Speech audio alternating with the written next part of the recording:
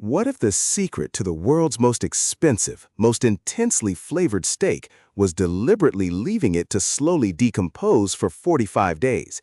That's not a metaphor. That's not an exaggeration. That is exactly what dry aging is. And by the end of this video, you're going to understand why controlled rot is the greatest thing that ever happened to beef. We're diving deep into the science, the history, and the craft of dry-aged beef today. We'll cover how it actually works at a molecular level, why the crust that forms on the outside is the most important part of the whole process, and here's the thing that surprises almost everyone, why the most expensive cuts are also the ones that lose the most weight. Stick around, because the answer to that last one is genuinely strange. Let's start with the basics, because most people have a completely wrong picture of what dry aging actually is. When a beef carcass is broken down at a packing facility, most of that meat gets vacuum sealed immediately and shipped. That's called wet aging, and it's what fills 90% of supermarket shelves. It's fine, it's tender, but it's not this.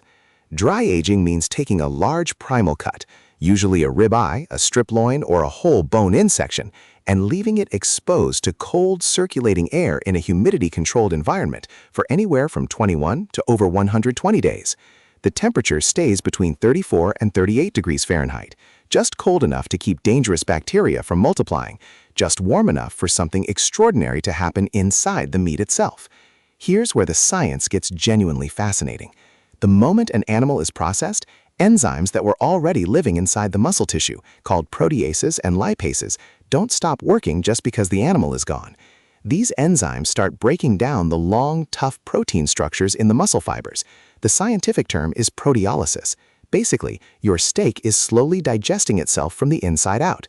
Every day that passes, more of those rigid muscle fibers break down, and the texture transforms from tough and chewy into something almost buttery. That process is real, it's measurable, and it is the reason a 45-day dry-aged ribeye almost melts when you bite into it. Now here's the open question I want you to hold on to. If these enzymes are breaking down protein, why doesn't the steak just turn into mush?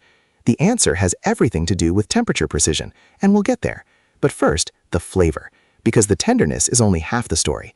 What makes dry-aged beef taste so dramatically different from a regular steak isn't just what breaks down, it's what forms. As moisture evaporates from the surface of the meat over weeks, two things happen simultaneously. First, the remaining flavors concentrate. You're losing water weight, so every beefy, umami-rich compound left behind becomes more intense, more pronounced. Imagine reducing a sauce on the stove. Same principle, just slower and colder. Second, and this is where it gets truly wild, microbial activity on the surface of the meat contributes directly to flavor development. Specific molds, particularly Thamnidium and Penicillium, grow on the outer crust of the aging beef. These are not harmful.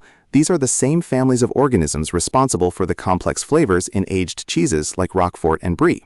They produce enzymes that penetrate inward from the surface, adding nutty, funky, deeply savory flavor compounds that you simply cannot replicate any other way. This is why serious dry agers actually want that gray-white crust to form. It's not contamination, it's seasoning, applied by time itself. And here's where the crust becomes the hero of the story. That outer layer, called the pellicle, acts as a natural barrier. It seals the exterior while everything magical happens inside. Without it, you'd get uncontrolled moisture loss and off flavors. With it, you get a protective shell that butchers trim away before serving, revealing the deeply ruby, intensely marbled meat underneath. The crust is sacrificed so the steak can be perfect. It's one of the most elegant biological systems in all of food. Now, back to that question about mush. Why doesn't the meat just dissolve? Because at the precise temperatures used in dry aging, enzymatic activity is dialed down to a slow, controlled rate. The enzymes are active but not aggressive. Think of it like a dimmer switch rather than an on-off switch. Too warm and you'd get spoilage, harmful bacterial growth that would ruin the meat entirely. Too cold and the enzymes go nearly dormant and nothing happens. That narrow band, 34 to 38 degrees, is the sweet spot where time becomes a tool. It's precision that turns biology into craft. Here's a pattern interrupt for a second, because I want to give you a real number that puts all of this in perspective. A 45-day dry-aged prime ribeye can lose between 25 and 40% of its original weight to moisture evaporation and trimming loss. On a restaurant menu, that loss is factored into the price. That is a primary reason why a dry-aged steak costs 2, 3, sometimes 4 times more than a standard cut. You are paying for what's gone, not just what's there. The concentration of flavor is literally purchased through loss. Now here's where the escalation gets real, because everything we've talked about so far is interesting, but this next part is what separates the curious from the obsessed. Beyond 60 days, dry aging enters a completely different territory. Most commercial operations stop at 28 to 45 days. That's the sweet spot for broad palatability. But specialty butchers and high-end steakhouses push to 60, 90, even 120 days and beyond. At that point, the flavor profile stops tasting like beef as you know it. Chefs who've tasted 100-plus-day dry-aged cuts describe notes of blue cheese, dark chocolate, and concentrated meat essence, so powerful it borders on overwhelming. It becomes an acquired taste, and a serious one. Some people find it transcendent, some find it too intense, but no one forgets it. And here is the single most surprising thing about dry aging that almost nobody talks about. The bone matters. Bone-in primal cuts dry age more evenly and produce better flavor than boneless ones. The bone acts as an insulator on one side of the meat, slowing moisture loss in that area and creating an asymmetry that actually benefits the final product. Butchers who have spent years aging beef will tell you, never dry age a boneless ribeye if you can help it. The bone is doing work you can't see. Pitmaster's tip, and this one is for anyone thinking about attempting dry aging at home. You need 3 things: a dedicated mini fridge with a small fan inside for airflow, a wire rack so air circulates under the meat, and a salt block or open container of kosher salt nearby to help manage humidity. The biggest mistake home dry agers make is using a fridge that also holds other food. The odor transfer is real, and your milk will taste like beef within a week.